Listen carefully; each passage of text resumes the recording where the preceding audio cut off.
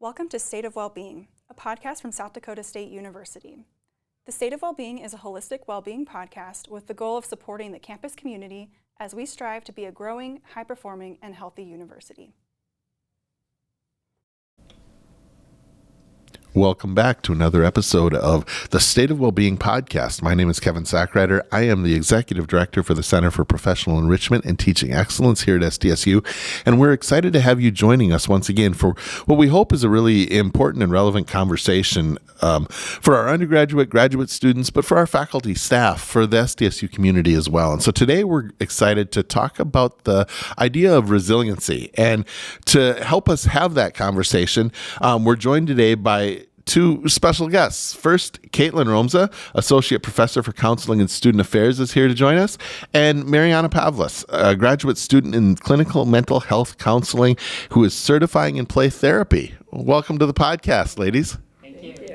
Well, we're going to just jump right in. And what I think I want to do, because I think for some folks, maybe this concept of resiliency isn't a familiar one. You know, the ideas might be, we hear that idea. But Katelyn, when you hear the word resiliency, what does it mean to you? What are we talking about today?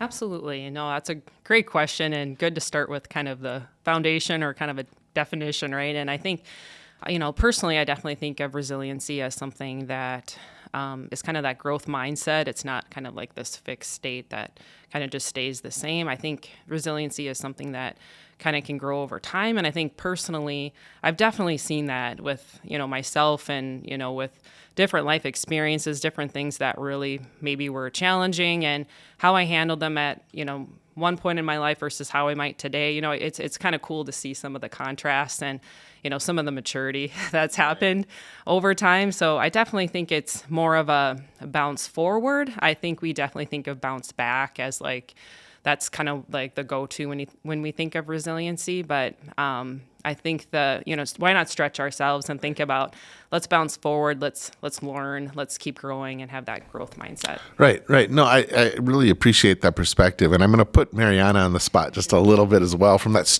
grad student perspective. How about resiliency from your perspective? What does it really mean from the lens you bring to this conversation? Yeah. Kind of like Dr. Romsa was saying, being hit with, different life factors. But then the resiliency piece, at least to me, is kind of like feeling it, like not just sweeping it under the rug, but then kind of recalibrating and then adapting to it. I like that recalibration idea and that adaptation. That's really good. So, Katelyn, common myths about resiliency that you see in either pop culture, social media, just in the kind of community in which we exist. What would be some of those myths that we should maybe talk about as we start our conversation? Yeah, no, I know when I think of social media, I definitely think of this picture perfect existence that so many people kind of put out there and portray. And I definitely think that social media can be a place to keep up with relationships, see what people are doing. But I think it's almost a false reality of kind of this picture perfect existence where we're showing kind of all the wins and the championships and the medals and all of that. And I think it definitely, you don't need, resiliency is kind of hidden. You don't really see the grind or the hard work that's kind of behind the championship, gold medal. And so I definitely think of some of that false reality of, that resiliency is almost absent. You don't even really know what's there or know that it was part of it because it's kind of this picture perfect life that isn't real. Well, yeah, I think that's a really good perspective. That idea, somebody else's life doesn't need these resilience. They're on vacation all the time. They're in Mexico. Their kids are always winning. You don't see the other stuff, right? And so I think that's a really good perspective. From a student perspective, do you see similar things to what Dr. Romsa was saying? Oh, yeah. Yeah, I think the biggest piece is the kind of like I mentioned earlier, sweeping under the rug, just not necessarily being transparent in what you're going through, because like we said, nobody's life is perfect. And so I think one of the biggest common myths that popular culture or social media kind of put out there is that strong people don't feel sad or don't go through that, those struggles. But like she said, sometimes, or a lot of times, it's behind the scenes. Right. No, think it's a good perspective to share. And I think that's one that has a lot of value. And so from your experiences, what helps clients build resiliency the most? And I think in this case, clients being our students might be a great perspective to bring to that conversation. Yeah. No, I definitely think in clinical work, I think definitely when you work with clients, I think there is this nature of thinking about, again, life experience, and helping your clients to recall those memories and, think about what worked well, what didn't work well, and being able to discern that, and then to be able to kind of think of, my best self, what was occurring when I was most resilient, what occurred, and what was different about that, what was unique, and really maybe capitalizing on that and helping your clients to really touch into that core self where they felt, their true self, and they were empowered, and helping to bring that out and draw that out in clients, I think, and in students, right? That I know in our classes, right, there's so much work and trying to help our students recognize that, self-care is actually a characteristic that are that counselors need to have, because you don't need to be ashamed of it. It actually makes you highly effective. It's not something that that you need to be ashamed of. So helping our students and who are in training to be counselors to recognize its importance. I'm curious about kind of maybe the non-counseling student as well, and how do students go about building resilience? I don't think it's something you maybe come into college with, right? As a 18-year-old freshman, like what kind of things can a student do to build resilience? And this is kind of for either one of you who might want to jump in and share a perspective on this, but I am curious about strategies or tips or whatever that might help a student gain those skills. I think, to some extent, students can enter college, with resiliency, but it just, might look different. And I think we're all still learning, or one thing that might have worked in a time where we were building resiliency might not necessarily be effective now. But I think, at least for me, support system has been a huge piece of just kind of learning how to be resilient. And then it also just kind of motivates a little bit of passion to be resilient.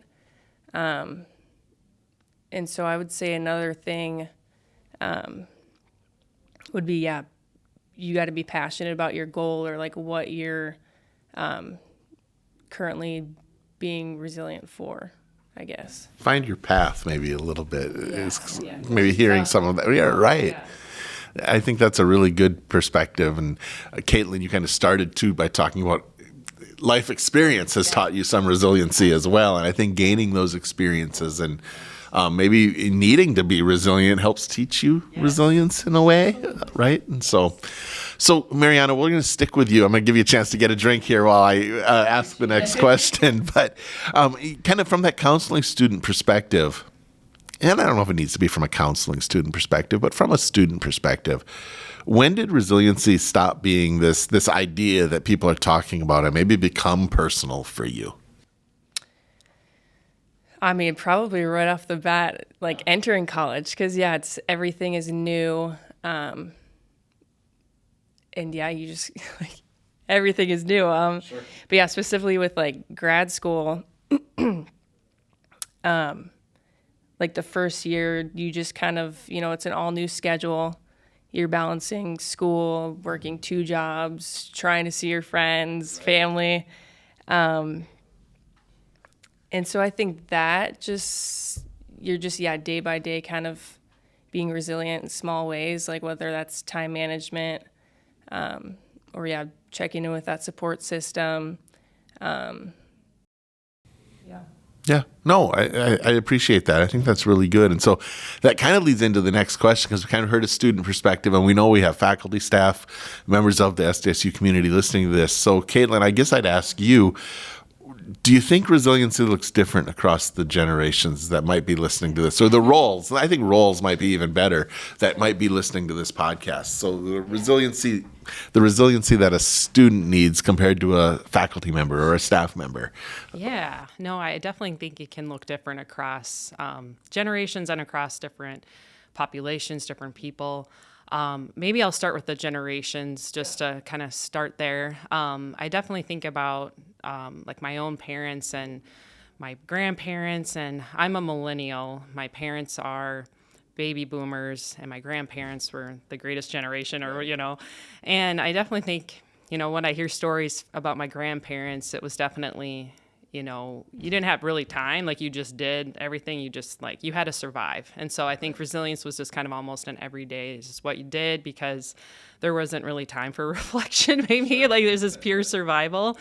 And I think, over time, with maybe our country, developing and maybe more women going into the workforce and, there's more opportunities for more people and maybe more time for hobbies instead of just farming or, doing kind of hard labor kind of jobs. I think resilience has changed. And I think about even maybe the newer generation of, college students even now. And I think about, I guess maybe some people that have been kind of famous and it kind of going back to that media question. But I think of Simone Biles as definitely someone who was an Olympian. And I know we got the Winter Olympics going on right now. But Simone was in the 2020 in Tokyo, an awesome gymnast, just stellar. And the whole world is watching, and she struggled. She was having some struggles, and I think people probably thought, like, just toughen up, be gritty, like, do your thing, be perfect. And I think that was a great lesson for so many people, and the whole world was again watching to see that physical health is mental health. And I think that was just huge. And I think it really almost just kind of transformed how people see mental health. It's not necessarily like it's a weakness or like, and I think we're still struggling that, that still does exist, but I think there's maybe more acceptance or understanding or maybe even curiosity, that mental health is something that we need to pay attention to a lot more than we've ever realized ever before and take the time to talk about. And so I think that maybe answers hopefully a little bit of what you're answering. Yeah, definitely from a generation perspective. No, I really appreciate that. And I think we kind of come from similar generation as you talk about grandparents and parents, right? And I think the realities of each generation's world around them and how resiliency is needed and different between those generations is really an interesting conversation. We probably can't get too deep into that today, but I think that's one that I think has a lot of relevance. And so let's transition just a little bit. And Marianna, maybe we'll start with you and let you both have a chance to talk about this one a little bit. But what are some small, realistic ways that people can build resiliency in everyday life? It's a pretty broad question, but I think just kind of going a little bit out of your comfort zone in obviously whatever is comfortable for you. It could be something as small as, it might sound dumb, but like making your bed. If that's, you wake up and you're tired, this and that, but you took the time to make your bed. So yeah, you're kind of counteracting like that feeling of being tired. You took action to that.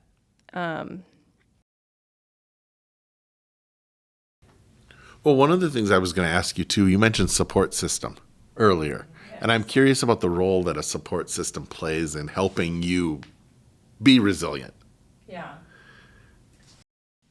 I mean, for me personally, like one of my love languages is words of affirmation. So it actually is like a huge motivator for me, and my family is very close to me. So they are one of those driving forces.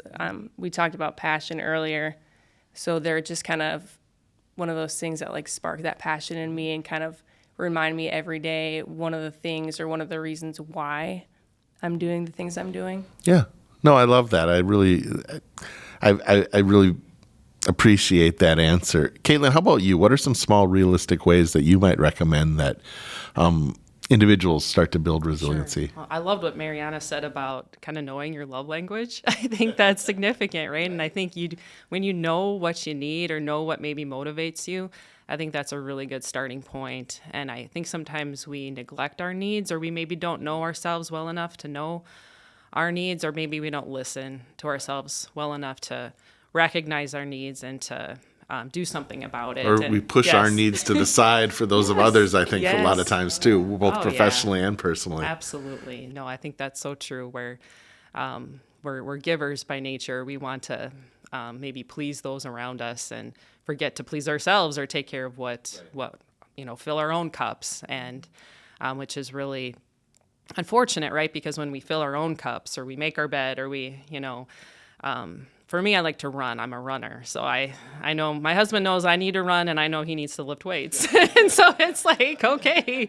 And I know he's pretty good about it. He needs accountability. So he has a partner that a buddy that he lifts weights with. And I need solitude. And so I like to run by myself. And so I'll listen to music or watch TV while I run. But that's about it. And I know I need that almost every day. And if I don't get it, that's usually what's wrong with me, right? It might be a little edgy because I didn't get my run, but I think that, again, that physical health is absolutely essential. But I think the social is so true too. And I think there's times where recognizing that we need close, healthy relationships. And I definitely think about my parents, and I don't see them like I used to because they're aging, and it's harder for my family to go visit them and vice versa. But if I call them on the phone, I know it fills my cup, because I've connected with them, they've connected with me, they've connected with my children, and so it just fills my cup.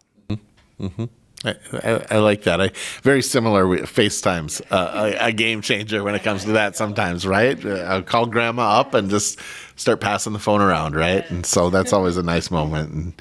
And so we've talked a lot about building resiliency, but I always think an interesting part of these conversations is to have my guests maybe share like a personal experience with resiliency. And you've both kind of talked about that a little bit, but is there a moment where your resiliency, your ability to be resilient, maybe surprised you a little bit?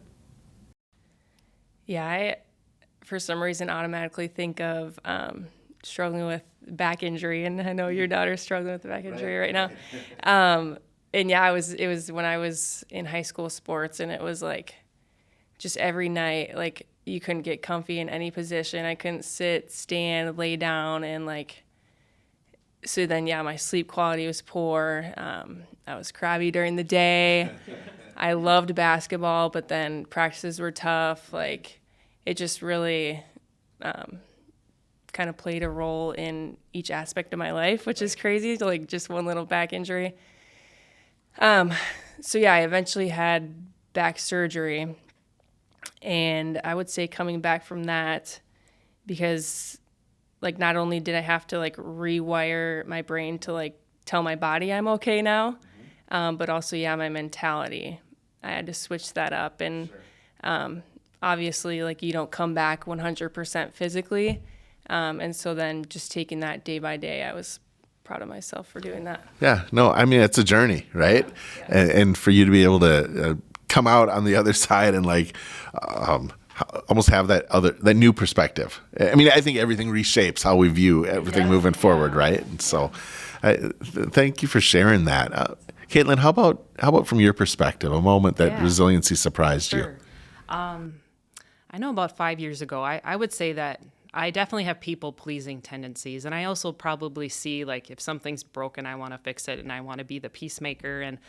And there was, like, some system issues that were going on in my environment, and I volunteered, and I kind of took on a role that was probably I was probably naive. You know, I didn't maybe recognize what I was volunteering for, and it was just it became kind of beyond my capacity and just a little bit too much. And I think I recognized that I was nurturing a system that was broken, or that needed, more than just me saying I can be a Band-Aid. And so I would say 5 years later, a similar issue happened in the environment where I did not volunteer, and I was asked and I said no. And I think I'm just really proud of myself because I think there are maybe pressures or maybe like, but you did it before, like, why wouldn't you again? And, like, you're supposed to be the nice one, or like, you're not that I'm not being nice by saying no, but there's something about, like, I've matured and I've recognized, I maybe helped and assisted in a way that helped the team at that time. But what you're asking is not sustainable. And I know my values. I know what my capacity is. I know my limits. And I think it was really empowering. And I reflect on that. And yeah, I'm like, you're proud, right? I'm proud. So yeah, I definitely learned to maybe not nurture systems or maybe feel bad, for certain things, and to know that that's not always the best thing to, I don't know. I guess when you think of like a puppy that's like having trouble, and sometimes you just have to, not feel sorry for certain situations, or I guess animals in that situation. Right. But Well, I think that idea of being able to say no and knowing when it's okay to say no, like, and that it is okay, right? I think that's kind of comes with that, with experience. I guess from my perspective, I had a request to be on a board about 2 weeks ago, and I'm already board full. And I just knew that I couldn't add, even though I may have wanted to. I knew I couldn't add that thing and still do well at all the other things that I'm doing personally, professionally, and serve your family and do all those. Like, you know when the cup is full, right? To allow you to be successful in other things, and that was okay to say no and prioritize those other things, I think is really important too. And so I get that. I think, again, we're probably in very similar tracks of life when it comes to some of those things. And so, we're getting near the end of our time, but one of the things I always like to do is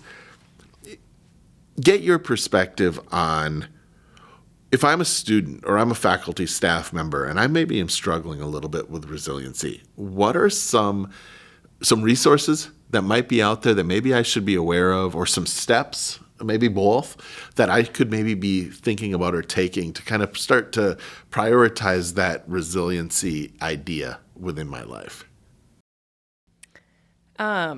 Yeah, I would say, kind of like I mentioned at the beginning of this, that talking about it is not a weakness. And kind of like Dr. Romsa just touched on, boundaries are a healthy thing.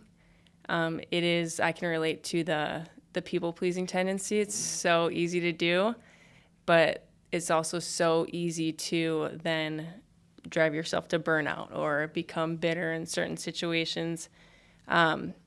SDSU does have quite a few resources for students. I know there's the Lost and Found program, where you can connect with other college students and just kind of have, like we mentioned before, like that support system, at least just, one person to kind of connect with, build that, said that social support system.